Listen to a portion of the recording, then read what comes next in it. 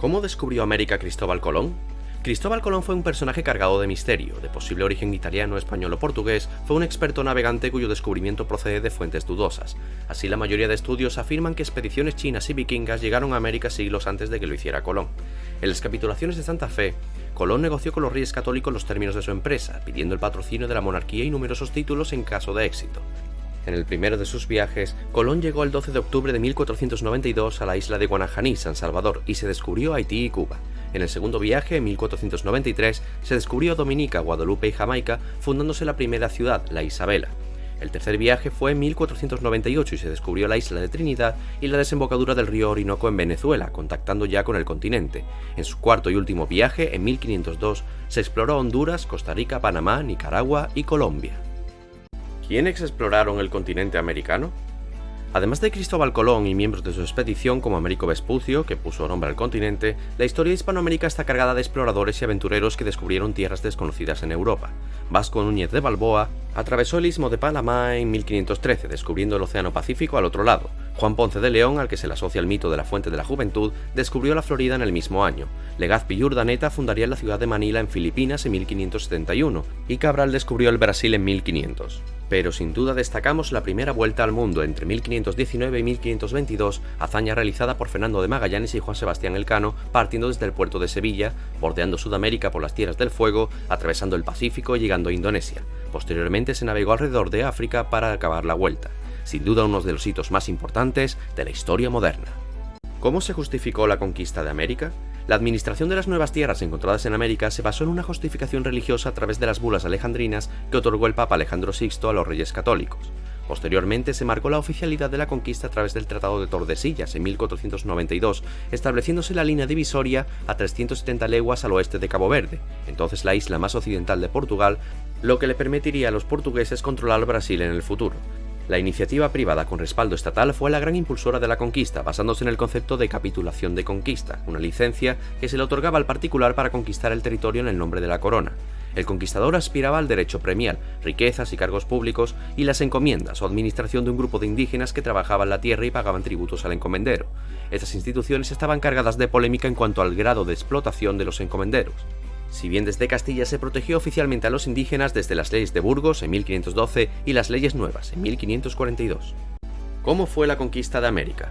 Fue rápida debido al uso de armas de fuego, perros, caballos, la experiencia militar castellana y los conflictos internos entre los distintos imperios, como las guerras civiles incas o los conflictos de los aztecas con los tlaxcaltecas. Además, eran habituales las profecías de la llegada de un dios allende los mares, como el caso de Quetzalcóatl o Viracocha. La conquista de México fue llevada a cabo por Hernán Cortés, asentándose en el continente y fundando la ciudad de Veracruz en 1519. Se alió con los tlaxcaltecas y otros pueblos enemigos de los mexicas o aztecas, entrando en su capital Tenochtitlán y tomando a Moctezuma, el emperador Otatroani azteca, como rey. Tras la sublevación azteca, la muerte de Moctezuma y los acontecimientos de la Noche Triste, Cortés rearmaría un ejército. Tras vencer en Otumba en 1522, destruiría la capital fundando Ciudad de México. La conquista del Imperio Inca en Perú fue llevada a cabo por Francisco Pizarro, aprovechando una guerra civil para capturar a Atahualpa, uno de sus líderes. Poco después conquistaron la capital del imperio, Cuzco, en 1533. ¿Cómo se administraban las Américas? Las Indias, como se llamaban los territorios americanos, no fueron colonias o factorías, sino reinos en igualdad jurídica con el resto de territorios de la monarquía hispánica. Desde el Viejo Mundo se administraba a través de la Casa de Contratación, en Sevilla, desde 1503. En 1524 se creó el Consejo de Indias, Gobierno, Justicia, Guerra y Hacienda. En el Nuevo Mundo se crearían los virreinatos de Nueva España, México, las Antillas, Filipinas y América Central, con capital en Ciudad de México, y el virreinato del Perú, toda Sudamérica, excepto Brasil, con capital en Lima. En el siglo XVIII surgirían de este el de Nueva Granada y el de Río de la Plata. Los territorios se dividían en audiencias y estas en gobernaciones, siendo las de carácter fronterizo capitanías generales. Las células más cercanas a los súbditos eran los corregimientos y las alcaldías mayores. Vemos que este era un sistema centralizado, controlado por juicios de residencia y visitas públicas o secretas. ¿Cómo era la sociedad hispanoamericana? La población americana de gran heterogeneidad se ve afectada por un claro descenso demográfico debido a la política genocida de las conquistas, las enfermedades, las exigencias fiscales y laborales y la enorme brecha cultural y existencial de los indígenas. La inmigración ibérica desde un primer momento se trató que fuera uniforme a través de la licencia de embarque, medida que se relajó con Carlos V. También destacó la inmigración africana forzada a través del tráfico de esclavos llevado por Portugal, dueña del denominado asiento de negros. El mestizaje fue una realidad habitual debido a la ausencia de mujeres blancas en los primeros años y la violencia de las conquistas. Los indios o indígenas eran el grupo más numeroso, cuyo trato era visto desde perspectivas muy diferentes. Había protectores como Fray Bartolomé de las Casas y detractores como Ginés de Sepúlveda. Nombraremos también a Francisco de Vitoria, destacando en su obra el origen del derecho internacional. ¿Quiénes eran los criollos? Aparte de los chorizos, los criollos eran hijos de españoles blancos nacidos en las Américas. Poco a poco fueron esenciales para entender la evolución política y social de Hispanoamérica. El llamado sentimiento criollo está en las expectativas no satisfechas de los conquistadores. Esta nueva clase social va a exigir acceder a los principales cargos de la administración, por su mejor conocimiento del terreno y su formación en universidades prestigiosas como la de Lima o la de México. Pronto habría tensión entre criollos y peninsulares, llamados por ellos cachupines o chapetones. A menudo se tendía a la alternancia en los cargos, como el caso de ciertas órdenes religiosas, para evitar conflictos. En el siglo XVII, época de crisis de la monarquía hispánica, se vendieron numerosos cargos para sanear la hacienda. Así los criollos salieron fortalecidos, llegando a integrar el 20% de las audiencias y aumentar sus posesiones. Este grupo social, instigado por fuerzas extranjeras, especialmente inglesas, sería el principal protagonista de la independencia de los países iberoamericanos en el siglo XIX. ¿Cómo era la economía hispanoamericana?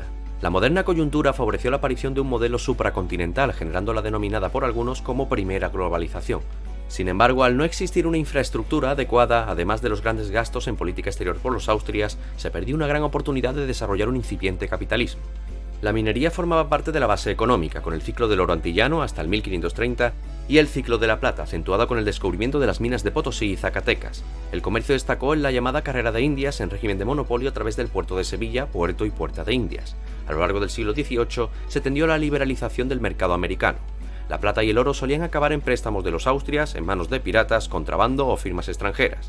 En el plano agrícola destacamos productos nuevos como el tomate, la patata, el pimiento, el maíz, el tabaco o el cacao, que diversificó la alimentación española y poco después la europea. Sígueme para más en YouTube, El Rincón de Joselillo.